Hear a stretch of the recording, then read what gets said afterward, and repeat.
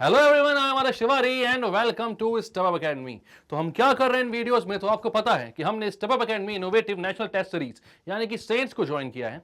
And then उससे related सारे videos जो हैं, सारे वीडियो लेक्चर्स जो हैं, सारे कॉन्सेप्ट जो हैं, वो हम क्लियर कर रहे हैं इन वीडियोस के थ्रू। तो हम कहां तक पहुंच चुके हैं? तो भाई हम पहुंच चुके हैं यहां पर, आप सभी जानते हैं, relation and function chapter, class 12 के mathematics relation and functions chapter के लेक्चर नंबर 2 में क्या क्या हम पढ़ चुके हैं और इस लेक्चर में हम क्या क्या पढ़ने वाले हैं उसका एक ब्रीफ डिस्क्रिप्शन मैं आपको दे देता हूं। तो हमने यहां पर पढ़ा हुआ है कि भाई सेट क्या होते हैं, देन रिलेशंस क्या होते हैं, रिलेशंस को कैसे डिफाइन करते हैं, उससे पहले हमने पढ़ा था कार्टेशियन प्रोडक्ट ऑफ सेट्स क्या होता है एंड ऑर्डर्ड पेयर्स क्या होते हैं। देन रिलेशन को डिफाइन करने के बाद रिप्रेजेंटेशन ऑफ रिलेशन भी हम समझ चुके हैं। तो इससे पहले वाला वीडियो अगर आपने नहीं देखा है तो एक छोटी सी दरख्वास्त है आपसे कि इससे पहले वाला वीडियो जरूर देख लीजिएगा और फिर इस वीडियो में आएंगे तो अच्छे समझ में आएगी चीज। वरना अगर डायरेक्ट भी करना है तो भी कर सकते हो, लेकिन वो देख लो यार, मैं तो मानूंगा। अब इस वाले वीडियो में हम क्या करने वाले हैं, तो इस वीडियो में हम स्टार्ट करेंगे टाइप्स ऑफ रिलेशन से, जो कि रिलेशन का सबसे इंपॉर्टेंट टॉपिक होता है। ठीक है, तो अलग अलग टाइप्स ऑफ रिलेशंस देखेंगे एंड देन जो उनके रिलेटेड क्वेश्चंस होते हैं उनको सॉल्व करेंगे। अब यहां पर कुछ क्वेश्चंस में ऑब्जेक्टिव्स एंड कुछ क्वेश्चंस में सब्जेक्टिव भी आपसे सॉल्व करवाऊंगा। क्यों? क्योंकि हमें यहां पर क्वेश्चंस देखने हैं, हमें जेई के लेवल के क्वेश्चंस देखने कैसे क्वेश्चंस आते हैं, लेकिन उससे पहले हमें इलस्ट्रेशंस भी चाहिए हैं कि भैया क्वेश्चंस को सॉल्व कैसे करते हैं ये भी समझ में आए। ठीक है, इसके बाद एक पूरा सीरीज में एमसीक्यू के क्वेश्चंस की भी लेकर आऊंगा आपके लिए। चलिए, तो पहले ही स्टार्ट करते हैं जल्दी से कि भाई टाइप्स ऑफ रिलेशंस कौन कौन से हैं एंड सबसे पहला कौन सा रिलेशन है। अगर पुराना वाला वीडियो आपने अच्छे से देखा तो आपको पता होगा, वहां पर मैंने आपको एम्प्टी रिलेशन भी बताया था और यूनिवर्सल रिलेशन भी बताया था। याद है? याद है तो हाँ बोलिए कमेंट सेक्शन पर जल्दी से। चलो, तो अब एम्प्टी रिलेशन से सबसे पहले स्टार्ट करते हैं। टाइप्स ऑफ रिलेशन में सबसे पहला रिलेशन है एम्प्टी रिलेशन। अच्छा, एक चीज और मैं यहां पर बात कर लूं कि अब जो भी रिलेशंस मैं डिफाइन करने वाला हूं ऑन अ सेट है। Relation on a set, relation on a set मतलब कि मैं अगर बोलता हूं relation on a set A, तो इसका मतलब होता है it is a relation from A to A. A to A मतलब कि जो रिलेशन है that is it is a subset of A cross A. मतलब इससे पहले जो हमने देखा था कोई भी रिलेशन, तो रिलेशन को जब हमने देखा तो हमने देखा था कि भाई वो किन्हीं भी दो सेट्स का सबसेट होता था, ए क्रॉस बी हम बोलते थे। तो यहां पर जब जब हम अलग अलग किस्म के रिलेशन को डिफाइन कर रहे हैं तो यहां पर हम बोल रहे हैं कि यहां पर हम शुरुआत वाला रिलेशन भी ए लेकर चल रहे हैं और दूसरा वाला रिलेशन भी हम ए ही लेकर चल रहे हैं। ठीक है, कोई दिक्कत कोई परेशानी यहां पर आपको? तो दोनों ही क्या लेकर चल रहे हैं? ए क्रॉस ए। ठीक है, अब यहां पर एम्प्टी रिलेशन को पढ़ाने से पहले मैं कुछ छोटी सी चीजें और आपको बता देता हूं। टाइप्स ऑफ रिलेशन में आने से पहले कुछ छोटी सी चीज मैं और आपको बता देता हूं। क्या बता देता हूं भैया? कि अगर मैं ए क्रॉस ए बनाता हूं, ठीक है, अगर मैं दो रिलेशन बनाता हूं ए और बी, दो रिलेशन बनाता हूं मैं, एक ए क्रॉस बी बनाता हूं, अगर दो सेट्स में रिलेशन, ए है आपका क्या 1 2 3, बी है क्या 3 4। ठीक है, तो यहां पर अगर मैं बोलता हूं आपसे कि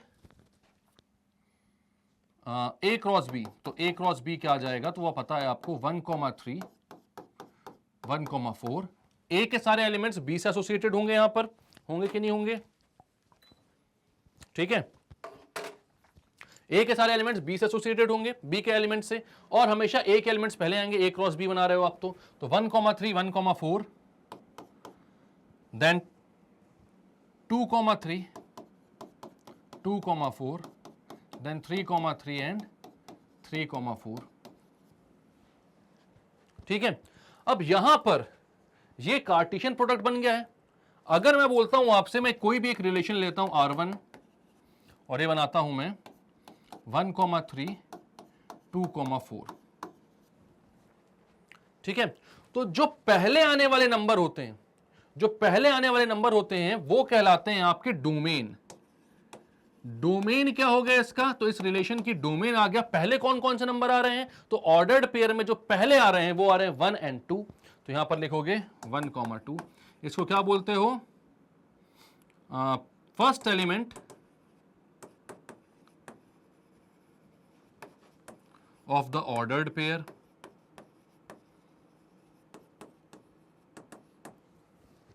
और अगर मैं बात करूं रेंज की,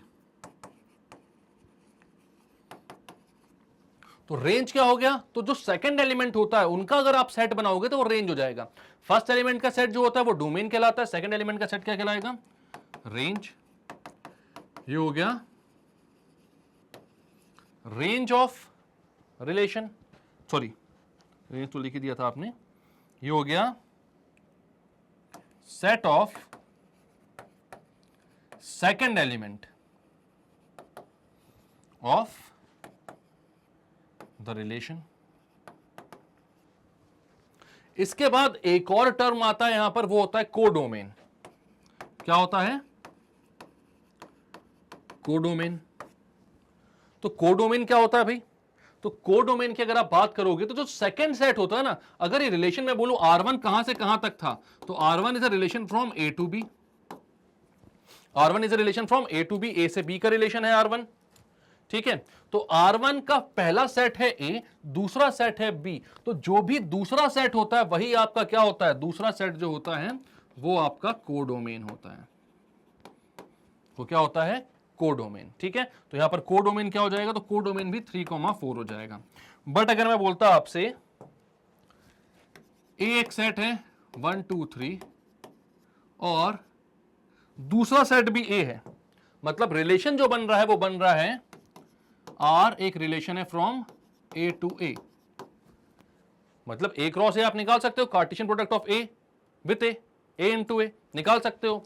तो यहां पर अगर पहला सेट भी A और दूसरा सेट भी A है और रिलेशन R जो है वो कुछ ऐसा बन रहा है 1,2 1,3 2,2 2,3 ऐसा।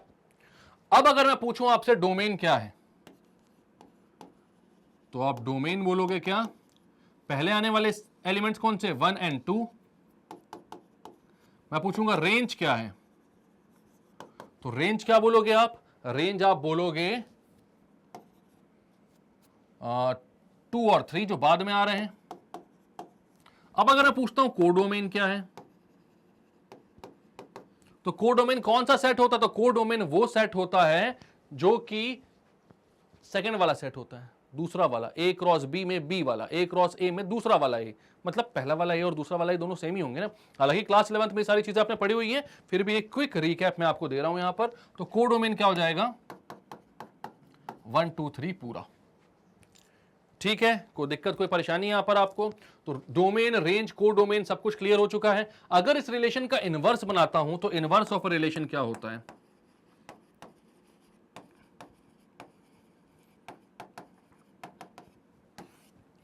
इनवर्स ऑफ रिलेशन क्या होता है, तो इनवर्स ऑफ रिलेशन होता है relation containing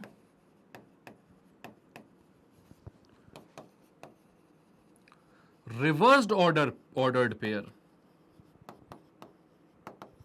relation containing reversed ordered pair of any given relation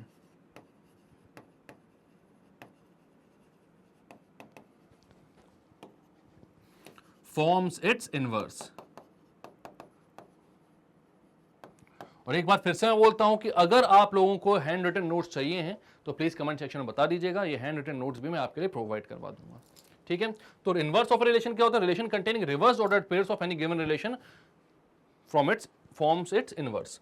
जैसे मैं बोलता हूं अगर इसका इनवर्स निकालना है तो क्या हो जाएगा, जो भी ऑर्डर्ड पेयर्स है ना उनके ऑर्डर को चेंज कर दो, 1 2 को 2 1 कर दो, 1 3 को 3 1 कर दो, 2 2 है ये तो इसको 2 2 ही रहने तो एक ही बात होगी, और 3 2 कर दो, ये हो गया आर इनवर्स, ठीक है।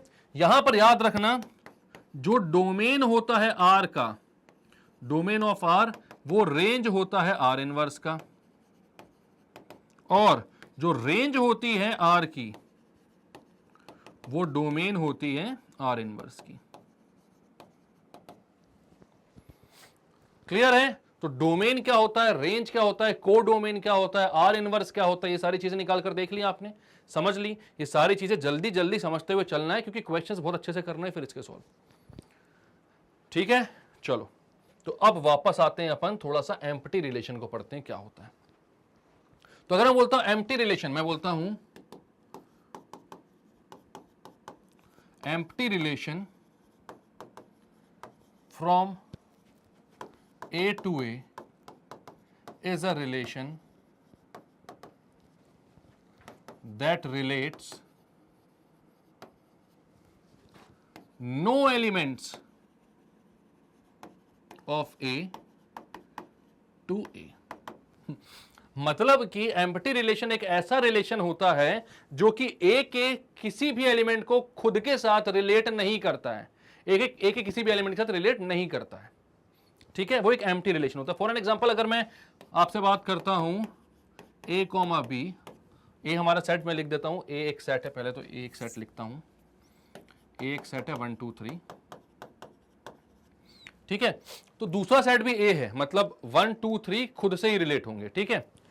अब यहां पर अगर मैं बोलता हूं आर एक रिलेशन है जहां पर बोलता हूं ए कॉमा बी दो ऑर्डर्ड पेयर्स आ रहे हैं and A is equals to 5B,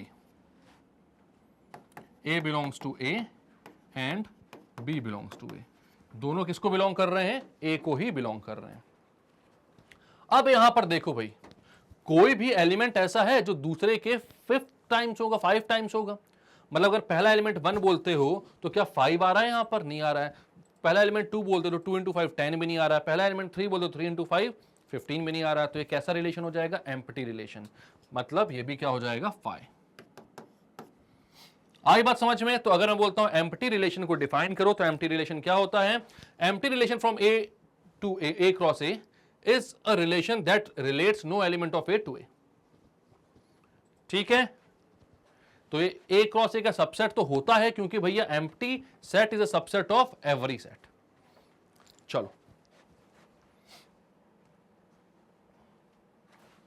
अब आता है यूनिवर्सल रिलेशन। तो ये भी मैंने बता दिया था लास्ट क्लास में आपको, ठीक है। क्या बताया था कि यूनिवर्सल रिलेशन क्या होता है। तो यूनिवर्सल रिलेशन जो होता है वो जो Cartesian product of two sets होता है ना, उनके ही इक्वल होता है। Cartesian product of two sets के इक्वल होता है, क्योंकि वो सारे ही ऑर्डर्ड पेयर्स को कंटेन करता है। मतलब सारे के सारे जो रिलेशंस दूसरे बनेंगे वो क्या होंगे, इसी के अंदर आ रहे होंगे, सारे के ऑर्डर्ड पेयर्स को ये कंटेन कर रहा होगा। तो आप बोलते हो इफ ए क्रॉस ए, या बोलते हो A is any given set, then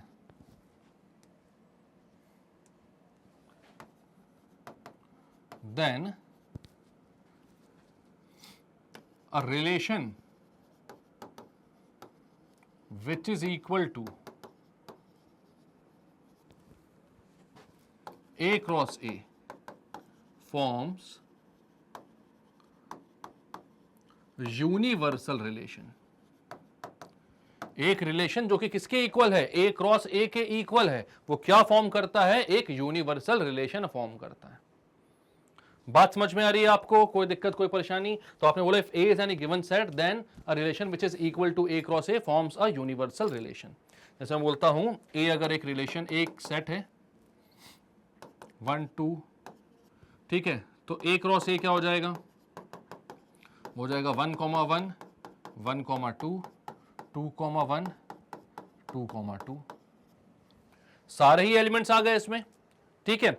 अब अगर एक रिलेशन आर में बनाता हूं जिसमें आते होते हैं 1 1 2 2 1 2 2 1, तो आपको दिख रहा है सारे एलिमेंट सेम है। अच्छा ये बात याद रखना कि इस स्मॉल ब्रैकेट के अंदर ऑर्डर सिग्निफिकेंट है, लेकिन इन ऑर्डर्ड पेयर्स का जो ऑर्डर है वो सिग्निफिकेंट नहीं होता, क्योंकि सेट में अलग अलग एलिमेंट्स के ऑर्डर का कोई फर्क नहीं पड़ता है, ठीक है। तो ये जो है भैया ये क्या हो गया, आर हो गया एक यूनिवर्सल रिलेशन, क्योंकि ये किसके इक्वल है, ए क्रॉस ए के। तो भाई यहां पर जो सबसे बड़ा रिलेशन बनता है वो Cartesian product of two sets होता है, क्योंकि बाकी सारे सेट्स उसके सबसेट्स होते हैं। तो ये हो गया यूनिवर्सल रिलेशन, ठीक है। अब एक चीज अगर मैं पूछता आपसे, अगर मैं आपसे पूछता कि number of relations from A to A कितने बन सकते हैं, कितने बन सकते हैं, तो आप बोलोगे नंबर ऑफ रिलेशंस कैसे निकाल सकते हैं सर। मैं बोलूंगा भाई नंबर ऑफ सबसेट्स जानते हो आप, रिलेशन भी एक तरीके का सबसेट ही है, कार्टेशियन प्रोडक्ट का सबसेट है। तो अगर नंबर ऑफ सबसेट्स आप जानते हो तो नंबर ऑफ रिलेशंस निकाल सकते हो। अगर मैं बोलता हूं किसी सेट ए में 3 एलिमेंट्स हैं तो इसके नंबर ऑफ सबसेट्स कितने होंगे? 2 की पावर 3। आपको पता है कि अगर n ऑफ a जो है वो n है, देन नंबर ऑफ सबसेट जो होते हैं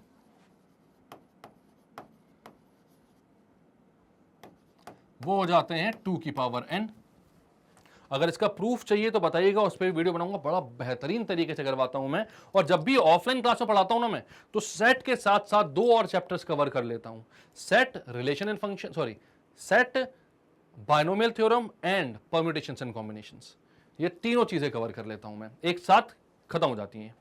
ठीक है, तो अगर मैंने बोला था number of subsets of A is equal to 2 की पावर n होता है, तो यहां पर मैं बोलता हूं कार्टेशियन प्रोडक्ट की जब मैं बात करता हूं, ए के कार्टेशियन प्रोडक्ट में मैं बोलता हूं if A has n elements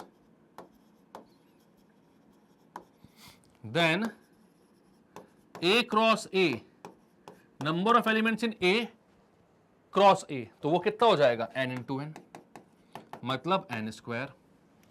अब हमें पता है कि कार्टेशियन प्रोडक्ट में n स्क्वायर एलिमेंट्स हैं, और अगर किसी सेट में n एलिमेंट्स होते हैं तो उसके नंबर ऑफ सबसेट्स होते हैं 2 की पावर n। अगर किसी सेट में n स्क्वायर एलिमेंट्स है तो उसके नंबर ऑफ सबसेट्स कितने हो जाएंगे? तो आप बोलोगे total number of subsets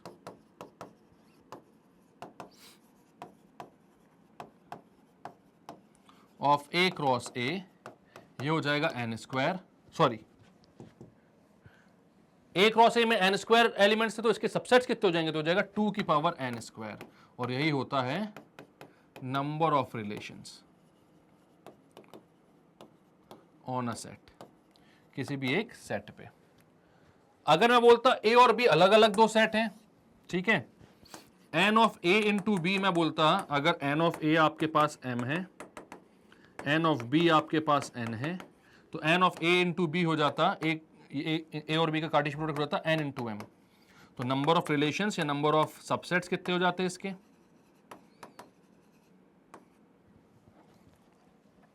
m into n बोल लो इसको।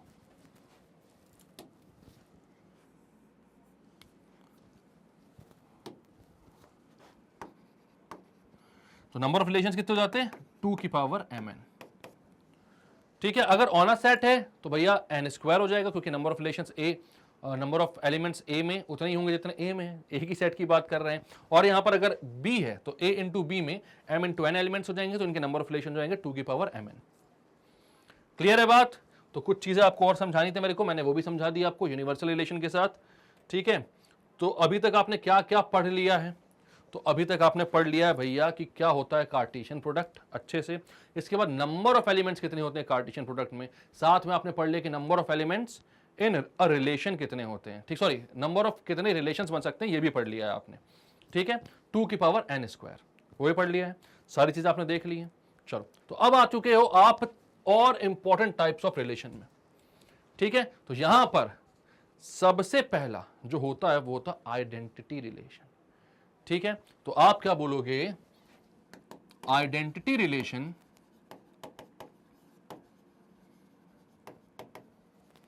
On any set A is a relation that associates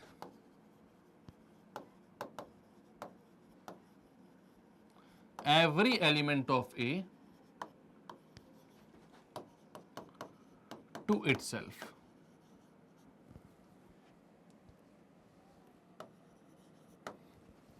क्या बोला मैंने? कि भैया आइडेंटिटी रिलेशन जो होता है, आइडेंटिटी रिलेशन जो होता है किसी भी सेट ए में, वो हर एक एलिमेंट को खुद से एसोसिएट करवाता है। किसे एसोसिएट करवाता है? खुद से एसोसिएट करवाता है। ठीक है, और एक बात यहां पर खासियत है कि इसके अलावा और किसी भी तरीके के इसमें ऑर्डर्ड पेयर जो होते हैं वो नहीं आते हैं। ठीक है, अब एक दूसरे टीचर हैं आपके जो एक बहुत अच्छे तरीके से आपको 11th पढ़ा रहे हैं, वो झांक झांक के जा रहे हैं यहाँ पर। ठीक है, आप बोलो तो बुला लूँ उनको, मैं बुला लूँ? बोलो। बोल रहे टी शर्ट नहीं, कोई नहीं, आ जाओ, स्मार्ट लग रहे हो, आ जाओ। हेलो हेलो हेलो हेलो, क्या पढ़ा रहे हो सर? आइडेंटिटी रिलेशन पढ़ा रहा हूँ सर। तो देखो बच्चों, ये सारी चीजें वैसे आप पढ़ के आए होगे सर से 11th क्लास में, पढ़े होंगे ना सर इन लोगों ने? पढ़े होंगे, 12th वाले हैं ना? हाँ हाँ हाँ, ये 12th वाले बच्चे हैं, तो सब आप लोगों ने 11th में सर से अच्छे से एकदम कंठस्थ किया होगा, सब समझाया होगा। सर की वीडियोस देख लेना। अगर देखो आप 12th में हो और अभी ज्वाइन कर रहे हो, इसी साल ज्वाइन किया आपने, तो भी सर की वीडियोस देखो, ताकि आपको सेट्स रिलेशन सब कुछ समझ में आ जाए अच्छे से। ठीक है, मैंने अभी आप लोगों को एक क्विक रिकैप दिया, लेकिन सर ने बहुत डिटेल में पढ़ाया, 4 साल तक उन्होंने सेट्स और रिलेशन ही पढ़ाया अच्छे से। ठीक है, तो उसको जाके जरूर पढ़ना बच्चों। ठीक है, चलो। Identity relation on A set A is a relation that associates every element of A to itself. तो अब यहां पर आप एक चीज और लिख लेना, लेकिन ठीक है, एंड नोट लिख लेना।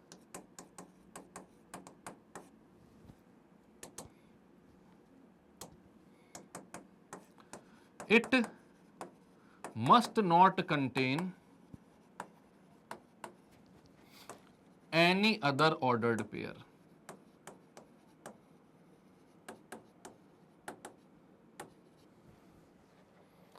ठीक है, इसका क्या मतलब हुआ यार? क्या मतलब हुआ इसका? इसका मतलब यह हुआ कि अगर मैं बोलता हूं ए एक सेट है 1 2 3 और मैं बोलता हूं आइडेंटिटी रिलेशन बनाना है आपको, ठीक है, इस रिलेशन को R1 ही बोल देता हूं और इसको आइडेंटिटी रिलेशन बनना है, तो ये कैसे बनेगा? तो ये बनेगा भाई आपका 1 1 2 2 एंड 3 3, 1 1 2 2 एंड 3 3।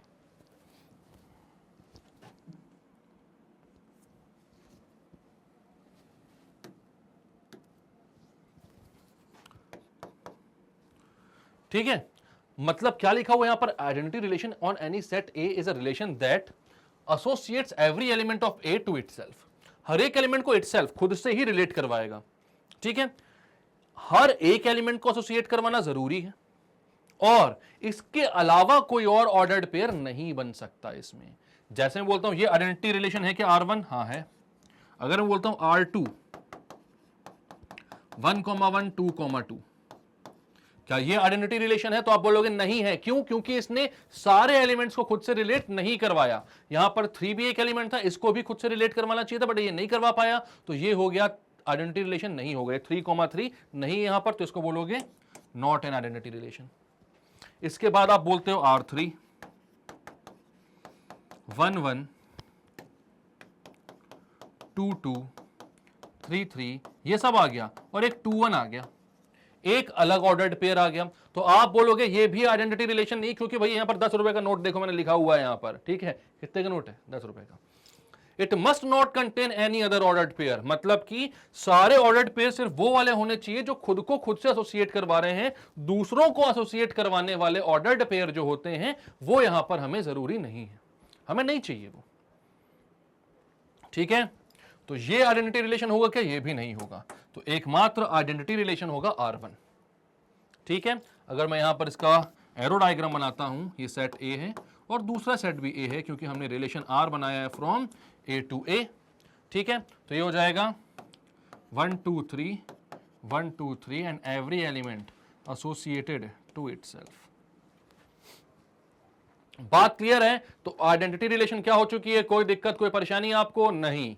चलो, तो आगे चलते हैं, पढ़ते हैं रिफ्लेक्सिव रिलेशन। ये भी बहुत बढ़िया एक क्या बोलते हैं रिलेशन है आपका। और एक बात याद रखना, यहां पर रिफ्लेक्सिव एंड आइडेंटिटी में लोगों को बहुत कंफ्यूजन होती है, बट मैं अभी आपको चीजें बताऊंगा जिससे आपको रिफ्लेक्सिव आइडेंटिटी सब कुछ क्रिस्टल क्लियर होने वाला है। यहां पर कोई भी डाउट्स नहीं होने वाली है। ठीक है, चलो, तो रिफ्लेक्सिव रिलेशन क्या होता है? A relation where every element of a set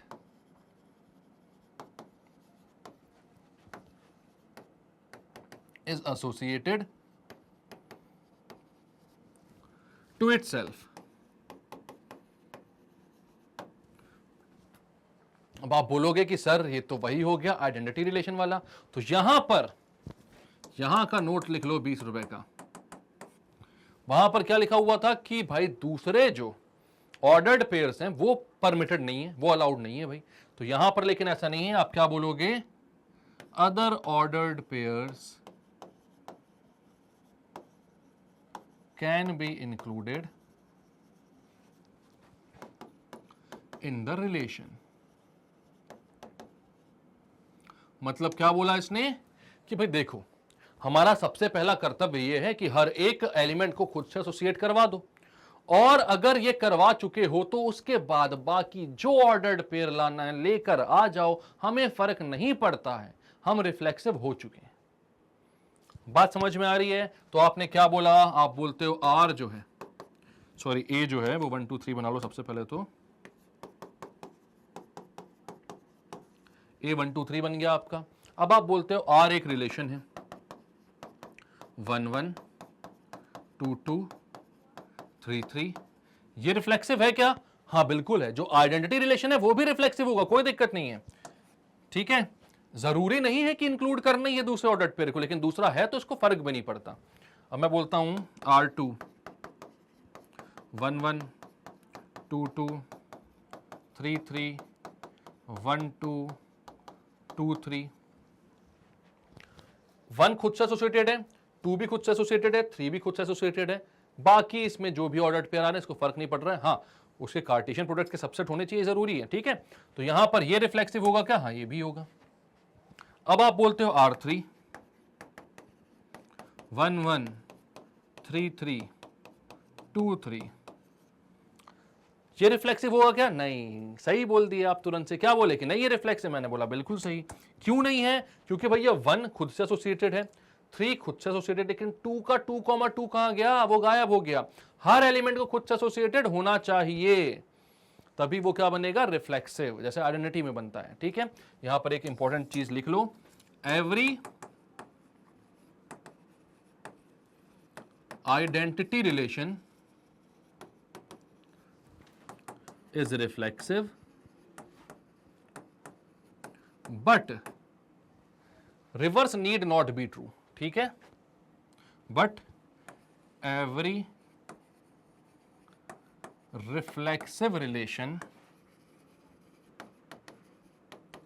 need not be identity relation। बात समझ में आई?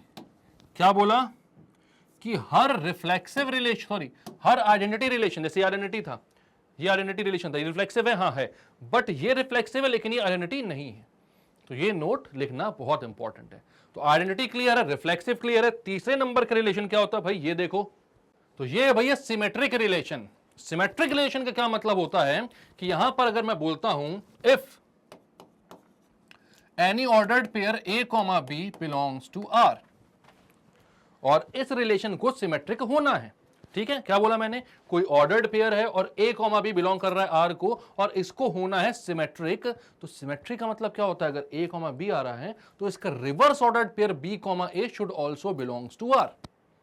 बात समझ में आ रही है? तो आप क्या बोलोगे? A, B belongs to R, then B, A belongs to R। मतलब यहां पर क्या बोल रहे हैं कि A, B belongs to R implies that B, A belongs to R। यानी ये बोलता है कि जब भी A, B किसी रिलेशन में आ रहा है तो B, A भी आ रहा है, तो आप क्या बोलोगे? Then R is a symmetric relation. यही लिख दूं, यहां लिख देता हूं।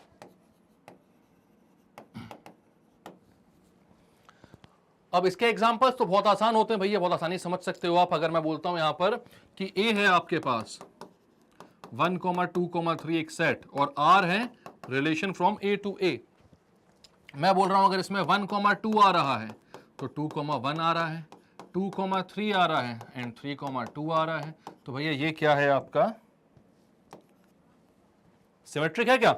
1, 2 इसका रिवर्स ऑर्डर पेयर 2, 1, 2, 3 इसका रिवर्स ऑर्डर पेयर 3, 2 दोनों आ रहे हैं, तो यहां पर क्या है भैया? ये सिमेट्रिक है। अब अगर मैं बोलता 1, 2, 2, 1, 1, 3, क्या ये सिमेट्रिक है? आप बोलोगे 1, 2 का रिवर्स ऑर्डर्ड पेयर 2, 1 आ रहा है, बिल्कुल सही है। 1, 3 का रिवर्स ऑर्डर्ड पेयर नहीं आ रहा है। रिवर्स ऑर्डर्ड पेयर क्या होगा 1, 3 का? 3, 1 होगा। वो आ रहा है क्या? नहीं आ रहा, तो ये सिमेट्रिक है क्या? नहीं है।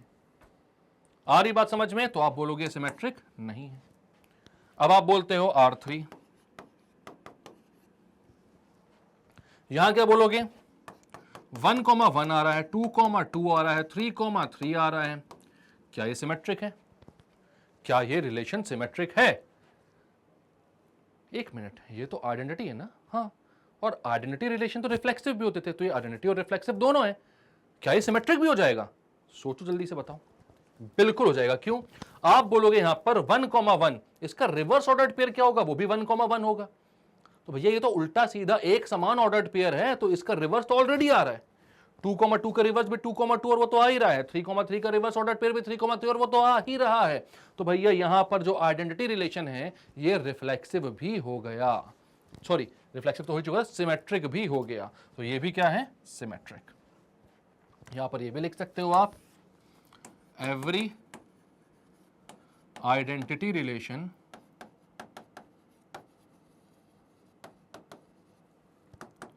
Is symmetric. Reverse need not be true, मतलब सिमेट्रिक जरूरी नहीं कि आइडेंटिटी भी हो, तो ऑब्वियस सी बात है। ठीक है, तो सिमेट्रिक क्लियर हुआ आपको कि अगर 1,2 आ रहा तो 2,1 भी आना चाहिए, तभी जाकर वो क्या होगा? सिमेट्रिक होगा। A, B अगर आ रहा है तो B, A को भी आना पड़ेगा। क्लियर है?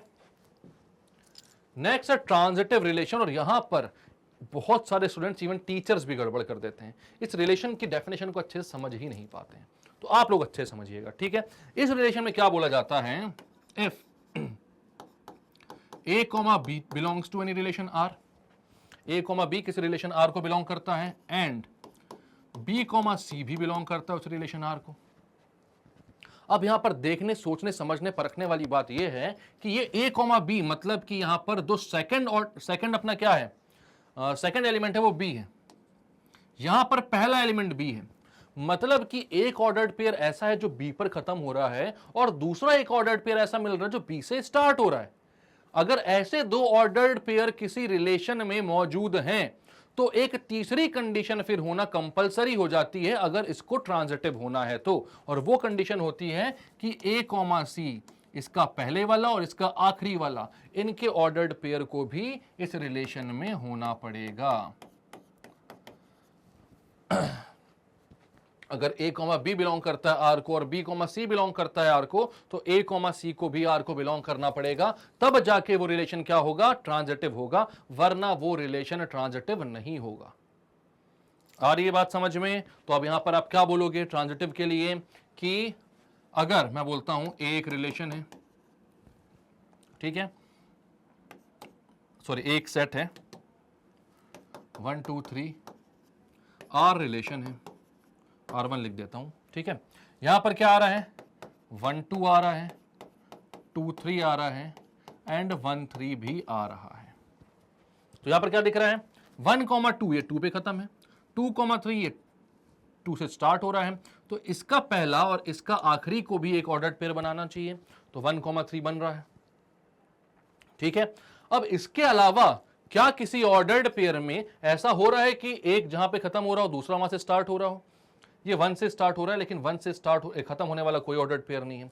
ये 3 से तो और कोई स्टार्ट ही नहीं हो रहा, ठीक है, 2 वाला तो एक हो चुका, तो और कोई सा ऑर्डर्ड पेयर ऐसा नहीं है जहां पर ये वाली कंडीशन फॉलो हो रही हो कि A, B belongs to R, B, C belongs to R, then A, C belongs to R करवाने की जरूरत पड़े। ठीक है, तो ये ट्रांजिटिव होगा क्या? हाँ बिल्कुल होगा। अब अगर मैं बोलता हूं 1, 2 3, 2, ठीक है, क्या ये रिलेशन ट्रांजिटिव होगा? और यहां पर आधे से ज्यादा लोग गलती कर देते हैं। क्यों? मैंने बोला 1, 2 कोई दूसरा ऐसा ऑर्डर्ड पेयर नहीं दिख रहा है जो 2 से स्टार्ट हो रहा हो। मैंने बोला 3, 2 कोई दूसरा ऑर्डर्ड पेयर नहीं जो 2 से स्टार्ट हो रहा हो।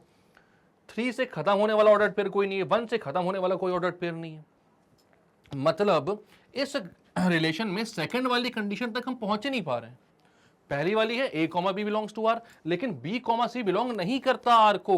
तो अगर ऐसा होता है, if A, B belongs to R and B, C does not belongs to R, then it is transitive. याद रखना भैया, अगर A, B R को बिलोंग करता है और B, C नहीं करता है तो तीसरी कंडीशन को चेक करने मत जाना, तीसरी कंडीशन को चेक मत करने जाना, उसको ट्रांजिटिव बोल देना। ठीक है, मतलब इस केस को आप समझ सकते हो कि मैं क्या बोलना चाह रहा हूं। ये डेफिनेशन में नहीं लिखना है इसको, लेकिन आपको समझना है कि अगर ए कॉमा बी बिलोंग करता है और बी कॉमा सी बिलोंग नहीं करता है और सिर्फ इतने ऑर्डर्ड पेयर हैं आपके पास, तो फिर वो ट्रांजिटिव हो जाएगा। हाँ, फिर किसी दूसरे ऑर्डर्ड पेयर से कारण वो ट्रांजिटिव नहीं हो रहा, वो अलग बात हो जाएगी, लेकिन ए कॉमा बी के कारण वो ट्रांजिटिव होगा। ठीक है, तो यहां पर ऐसा कोई ऑर्डर्ड पेयर नहीं है जो ट्रांजिटिव की डेफिनेशन को खराब करे, तो ये ट्रांजिटिव हो गया। ठीक है, अब R3 मैं बनाता हूं 1,2, 2,3, 3,1 एंड 1,3। यहां पर आप बोलोगे 1,2, 2,3, 1,3 आना चाहिए, आ रहा है, बट 2,3, 3,1 आ रहा है, तो 2,1 आना चाहिए था। 2,1 आ रहा है क्या? नहीं आ रहा है, तो आप बोलोगे it is not transitive as 2,1 does not belongs to R। ये ट्रांजिटिव नहीं है। क्लियर है बात? चलो R4 एक बनाता हूं मैं, एंड अगेन मैं लिखता हूं 1, 1, 2, 2, 3, 3, 1, 1, 2, 2 एंड 3, 3। तो यहां पर आपको समझ में आ रहा है क्या कि भैया ये 1 पे खत्म हो रहा, 1 से शुरू होने वाला कोई दूसरा नहीं है, ये 2 पे खत्म हो रहा, 2 से शुरू होने वाला कोई दूसरा नहीं है ऑर्डर्ड पेयर, ये 3 पे खत्म हो रहा, 3 से शुरू होने वाला कोई तीसरा ऑर्डर्ड पेयर, दूसरा ऑर्डर्ड पेयर नहीं है। तो यहां पर ट्रांजिटिव कोई रिलेशन होने की जो एक डेफिनेशन होती है, उसको गलत करने वाला, गलत प्रूव करने वाला कोई ऑर्डर्ड पेयर नहीं है। तो आप क्या बोलोगे? Yes, it is transitive, it is transitive. और भाई साहब कौन सा रिलेशन है ये? कौन सा रिलेशन दिख रहा है? तो साफ साफ दिख रहा है, ये रिलेशन है आपका आइडेंटिटी रिलेशन। तो अभी हमने देखा कि आइडेंटिटी रिलेशन रिफ्लेक्सिव भी होता है, आइडेंटिटी रिलेशन सिमेट्रिक भी होता है, और आइडेंटिटी रिलेशन ही हमारा ट्रांजिटिव भी होता है। इसमें कोई दिक्कत की बात नहीं है। आइडेंटिटी रिलेशन हर एक किस्म का रिलेशन होता है। ठीक है, तो आप बोलोगे every identity relation is transitive। एक और क्वेश्चन पूछता हूं मैं, R5 बनाता हूं एक, 1,2 आ रहा है इसमें, बताओ भैया ये ट्रांजिटिव होगा कि नहीं? R5 ट्रांजिटिव होगा कि नहीं? जल्दी से सोच के बताओ। 1,2 अकेला एक ही ऑर्डर्ड पेयर आ रहा है, ये ट्रांजिटिव होगा कि नहीं? आप बोलोगे बिल्कुल होगा। क्यों भैया? दूसरी कंडीशन फुलफिल ही नहीं हो रही ना, तो तीसरी को ढूंढने नहीं जाना है। दूसरी होगी तो तीसरी को होना जरूरी है, दूसरी नहीं हो रही है तो तीसरी होए ना होए फर्क नहीं पड़ता है, आप डायरेक्टली बोल दोगे कि वो ट्रांजिटिव है। तो यहां पर एक ही ऑर्डर्ड पेयर आ रहा है, कोई दिक्कत कोई परेशानी की बात नहीं है, ये ट्रांजिटिव होगा। क्लियर है बात? चलें आगे। चलो भाई, अब anti symmetric relation, anti symmetric relation Hindi में जैसे बोलते हैं, मतलब हिंदी मतलब इंडिया में जैसे बोलते हैं। ठीक है, एंटी सिमेट्रिक रिलेशन क्या होता है? देखो, अब लोग कंफ्यूज होते हैं कि जो रिलेशन सिमेट्रिक ना हो वो होता है एंटी सिमेट्रिक रिलेशन, बल्कि ऐसा नहीं है। देखो, ऐसा होता है यहां पर कि अगर कोई रिलेशन सिमेट्रिक है, ठीक है, और उसमें a comma B is equals to a comma B belongs to a and b comma B belongs to a भी है, तो a और b अगर इक्वल हो गए, मतलब सेम ही नंबर्स आ गए, तो वो एंटी सिमेट्रिक होगा, वरना वो एंटी सिमेट्रिक नहीं होगा। ठीक है, तो मैं यहां पर क्या बोलता हूं, in any relation R if a comma B belongs to R and b comma a belongs to R, मतलब ये सिमेट्रिक वाली जो कंडीशन है वो फुलफिल कर रहा है। ठीक है, a कॉमा बी आर को बिलोंग कर रहा है और b कॉमा a भी आर को बिलोंग कर रहा है, बट इस केस में a is equals to B हो गया, या ऐसा बोल दो आप, this implies that a is equals to B, then it is anti symmetric relation.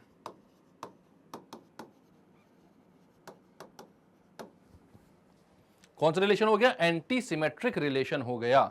ठीक है, अगर मैं बोलता हूं a 1,2, 2,1, 2,3, 3,2, a वही है हमारा 1, 2, 3, और ये R रिलेशन है ना, तो R लिख लेना यहां पर R1। यहां पर क्या 1,2 और 2,1 आ रहा है और 1 और 2 इक्वल नहीं है, 2,3 3,2 आ रहा है, रिवर्स ऑर्डर पेयर आ रहे हैं और ये दोनों इक्वल नहीं है, तो ये एंटी सिमेट्रिक नहीं होगा, नॉट एंटी सिमेट्रिक। बट मैं बोलता हूं 1,1 2,1 3,3। अब देखो 2,1 का रिवर्स ऑर्डर्ड पेयर नहीं आ रहा, ठीक है, अगर वो आता तो 1 और 2 को इक्वल होना पड़ जाता, बट 1,1 आ रहा है, ठीक है, और 3,3 आ रहा है, मतलब इनका रिवर्स ऑर्डर्ड पेयर भी यही है, सेम है। तो इस डेफिनेशन का मतलब यही है कि अगर भैया जो रिवर्स ऑर्डर्ड पेयर है वही आपका एक्चुअल ऑर्डर्ड पेयर भी है तो ही वो एंटी सिमेट्रिक होगा। अगर कभी रिवर्स और एक्चुअल ऑर्डर्ड पेयर डिफरेंट हो गए तो वो सिमेट्रिक होगा बट एंटी सिमेट्रिक नहीं होगा, ठीक है। तो यहां पर ये एंटी सिमेट्रिक है क्या? हाँ है। अगर मैं बोलता हूं आपके पास तीसरा रिलेशन है और वही वाला हमारा रिलेशन जो भैया हर में आ जाता है, क्या ये एंटी सिमेट्रिक होगा? हाँ होगा। ये बोलोगे ये एंटी सिमेट्रिक है, हाँ है, और ये सिमेट्रिक भी है, इसको इसमें भी कोई दिक्कत नहीं है, बोथ है ये। तो ऐसा नहीं है कि हर एंटी सिमेट्रिक रिलेशन ऐसा रिलेशन होगा जो सिमेट्रिक नहीं होगा। यहां पर रिवर्स ऑर्डर्ड पेयर आ रहे हैं और वो इक्वल भी हैं, और कोई दूसरा ऐसा ऑर्डर्ड पेयर नहीं आ रहा है जो इक्वल ना हो, रिवर्स और एक्चुअल ऑर्डर्ड पेयर जहां पे इक्वल ना हो। अगर ऐसा कुछ आ गया ना तो एंटी सिमेट्रिक नहीं होता, बाकी हर केस में एंटी सिमेट्रिक हो जाता है, ठीक है। पर इन जनरल क्लास 12 और जेई मेंस के सिलेबस में शायद एंटी सिमेट्रिक तो नहीं है, बट फिर भी मैं पढ़ा दे रहा हूं एडवांस के लिए अगर आ जाता है तो। और कहीं ना कहीं क्वेश्चन कभी ना कभी एंटी सिमेट्रिक के देखने को मिल जाते हैं, तो थोड़ा बहुत नॉलेज तो इसका होना चाहिए आपको, ठीक है। चलते हैं अपने लास्ट रिलेशन की तरफ, इक्विवेलेंस रिलेशन। तो क्या होता है भैया इक्विवेलेंस रिलेशन? क्या पता है आपको? पता है आपको? पता है आपको कौन सा रिलेशन होता है इक्विवेलेंस? आइडेंटिटी रिलेशन सबसे पहला इसमें भी आ जाता है। क्यों? क्योंकि ऐसा रिलेशन जो कि रिफ्लेक्सिव, सिमेट्रिक, ट्रांजिटिव तीनों होता है वो कहलाता है आपका इक्विवेलेंस रिलेशन। और ऐसा रिलेशन कौन सा पढ़ा है सबसे पहला आपने? जी बिल्कुल, आइडेंटिटी रिलेशन, ठीक है। तो एक एग्जांपल हो गया इसका। तो आप इक्विवेलेंस रिलेशन को क्या बोलोगे? Relation on any set that is reflexive, symmetric and transitive is called equivalence relation. एक ऐसा रिलेशन किसी भी सेट में जो कि रिफ्लेक्सिव, सिमेट्रिक, ट्रांजिटिव सब कुछ होता है वो कहलाता है आपका इक्विवेलेंस रिलेशन, ठीक है। कोई दिक्कत, कोई परेशानी यहां पर आपको? चलो, तो अब इसका एग्जांपल अगर मैं लूं तो ए कितना है? 1 2 3। मैं एक रिलेशन बनाता हूं ए में R1 जो कि आइडेंटिटी है 1 1 2 2 3 3। क्या ये इक्विवेलेंस होगा? हाँ होगा। ये रिफ्लेक्सिव, सिमेट्रिक, ट्रांजिटिव सब कुछ है, तो ये इक्विवेलेंस रिलेशन बिल्कुल होगा।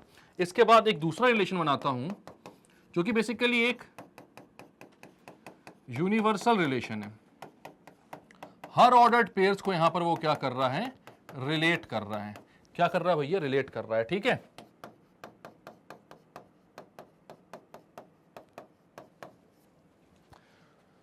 कितने आ रहे हैं यहां पे? 1 2 3 4 5 6 7 8 9 9 आ रहे हैं। यहां पर देखो भाई, हर एक एलिमेंट, हर एक ऑर्डर्ड पेयर जो है उसको रिलेट किया जा रहा है, हो रहा है रिलेट। यहां पर आप बोल रहे हो 1 1 2 2 3 3 आ रहे हैं तो रिफ्लेक्सिव हो गया।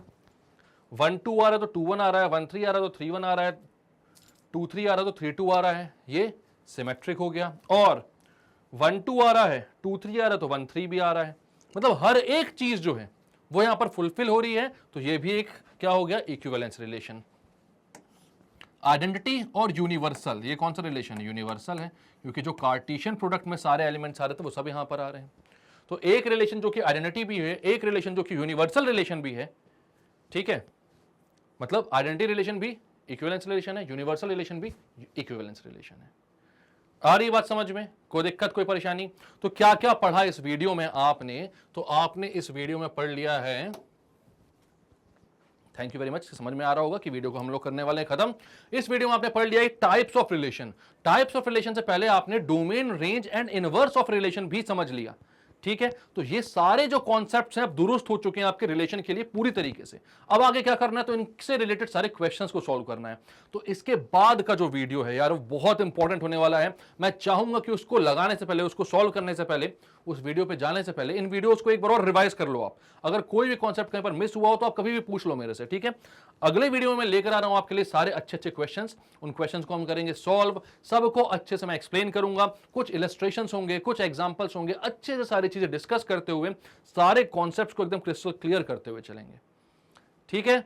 तो स्टूडेंट्स मिलेंगे नेक्स्ट वीडियो में। अगर अच्छे लग रहे हैं वीडियोस तो आप जाकर हमारे यूट्यूब चैनल भी चेक करिएगा, वहां पर सारे के सारे वीडियोस हम आपके लिए बनाते हैं, बहुत सारे इंफॉर्मेटिव वीडियोस आप लोगों के लिए लेकर आते हैं। हमारी वेबसाइट पर भी चेक कीजिएगा। ऑफलाइन अगर हमसे मिलना है तो कभी भी भोपाल पर आ सकते हैं। हमारा हेड ऑफिस है स्टेप अप एकेडमी, एमपी नगर जोन 2 में। और टेस्ट सीरीज को अच्छे से फॉलो कीजिए, क्योंकि भाई जो टेस्ट आने वाले हैं वो बहुत इंपॉर्टेंट है। बिल्कुल आपके जेईई मेंस एंड एडवांस के पैटर्न पर ही बनाए गए टेस्ट हैं। बहुत ही अच्छे से हमने एक एक क्वेश्चन को चुना है, ठीक है। तो उन सबको सीरियसली अगर आप देते हो तो आप अपने जेईई के एग्जाम में बहुत अच्छे मार्क्स स्कोर कर सकते हो। तो आशा है कि नेक्स्ट वीडियो में मिलोगे आप मुझसे। मिलेंगे नेक्स्ट वीडियो में, तब तक के लिए bye bye, keep studying and take care.